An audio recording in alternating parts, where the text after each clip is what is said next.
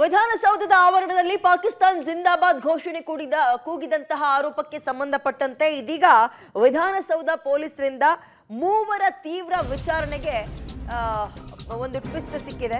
ಮೂವರ ತೀವ್ರ ವಿಚಾರಣೆ ಮಾಡ್ತಾ ಇದ್ದಾರೆ. ಮೂವರನ್ನ ಮಾರ್ಚ್ 6ನೇ ತಾರೀಕಿನವರೆಗೂ ಕೂಡ ಕಸ್ಟಡಿಗೆ ಪಡೆದುಕೊಂಡಿದ್ದಾರೆ ಪೊಲೀಸರು.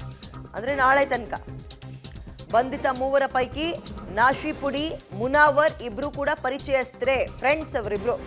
ಮೊಹಮ್ಮದ್ ಇಲ್ತಾಜ್ಗೂ ಇವರಿಬ್ರು ಆರೋಪಿಗಳಿಗೂ ಪರಿಚಯ ಇಲ್ಲ. ಬಟ್ ಇದೀಗ ಮೂವರನ್ನ ವಶಕ್ಕೆ ಪಡೆದಿದ್ದಾರೆ ಪೊಲೀಸರು.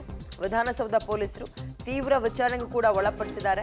ಪಾಕಿಸ್ತಾನ್ ಜಿಂದಾಬಾದ್ ಘೋಷಣೆ ಕೇಸ್ಗೆ ಸಂಬಂಧಪಟ್ಟಂತೆ ಇಲ್ಲಿ ತನಕ ಸುಮಾರು 40ಕ್ಕೂ ಹೆಚ್ಚು ಜನರನ್ನ ವಿಚಾರಣೆ ಮಾಡಿಬಿಟ್ರು. ಸುತ್ತಮುತ್ತ ಇರೋರ್ನ ಅವ್ರ ವಾಯ್ಸ್ ಹೋಲಿಕೆ ಆಗುತ್ತಾ, ಅದು ಪಾಕಿಸ್ತಾನ, ನಾಜಿರ್ ಸಾಬ್, ಇವೆರಡೂ ಕೂಡ ಕೊನೆಯ ಎರಡು ಪದಗಳನ್ನು ಹಿಡಿದು ತೀವ್ರವಾಗಿ ತಾಂತ್ರಿಕವಾಗಿ ಒಂದು ಟೆಸ್ಟ್ ಎಲ್ಲ ಮಾಡಿದ ನಂತರ ಖಾಸಗಿ ಲ್ಯಾಬ್ನಿಂದ ಬಂದಿರುವಂತದ್ದು ಅವರು ಪಾಕಿಸ್ತಾನೇ ಕೂಗಿದ್ದಾರೆ ಅಂತ, ಪಾಕಿಸ್ತಾನ ಅಂತಲೇ ಕೂಗಿದ್ದಾರೆ, ಪಾಕಿಸ್ತಾನ್ ಜಿಂದಾಬಾದ್ ಅಂತ.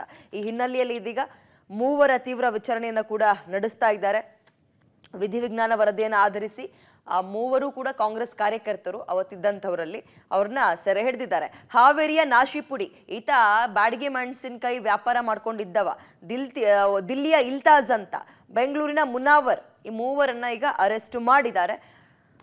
ಇತ್ತೀಚೆಗೆ ಈ ಒಂದು ಪಾಕಿಸ್ತಾನ್ ಜಿಂದಾಬಾದ್ ಅನ್ನೋ ಘೋಷಣೆ ಏನಿತ್ತು ವಿಧಾನಸೌಧದ ಆವರಣದಲ್ಲಿ ಕೂಗಿದ್ದು, ಇದು ಭಾರಿ ರಾಜಕೀಯ ಸಮರಕ್ಕೆ ಕಾರಣವಾಗ್ತಾ ಇತ್ತು. ಈ ಪ್ರಕರಣಕ್ಕೆ ಸಂಬಂಧಪಟ್ಟಂತೆ ಇದೀಗ ಈ ಮೂವರನ್ನು ಕೂಡ ಅರೆಸ್ಟ್ ಮಾಡಲಾಗಿದೆ. ನಾಳೆ ತನಕ ಕೂಡ ಕಸ್ಟಡಿಯಲ್ಲೇ ಇಟ್ಕೊಳ್ತಾರೆ, ವಿಚಾರಣೆಯನ್ನ ಕೂಡ ನಡೆಸ್ತಾರೆ. ವಿಧಾನಸೌಧದಲ್ಲಿ ಪಾಕಿಸ್ತಾನ ಪರ ಘೋಷಣೆ ಕೂಗಿದ ಆರೋಪ ಸಂಬಂಧ ರಾಜ್ಯ ಬಿಜೆಪಿ ಇದೀಗ ಖಾಸಗಿ ವಿಧಿವಿಜ್ಞಾನ ಪ್ರಯೋಗಾಲಯದ ವರದಿಯನ್ನ ರಿಲೀಸ್ ಮಾಡಿದೆ.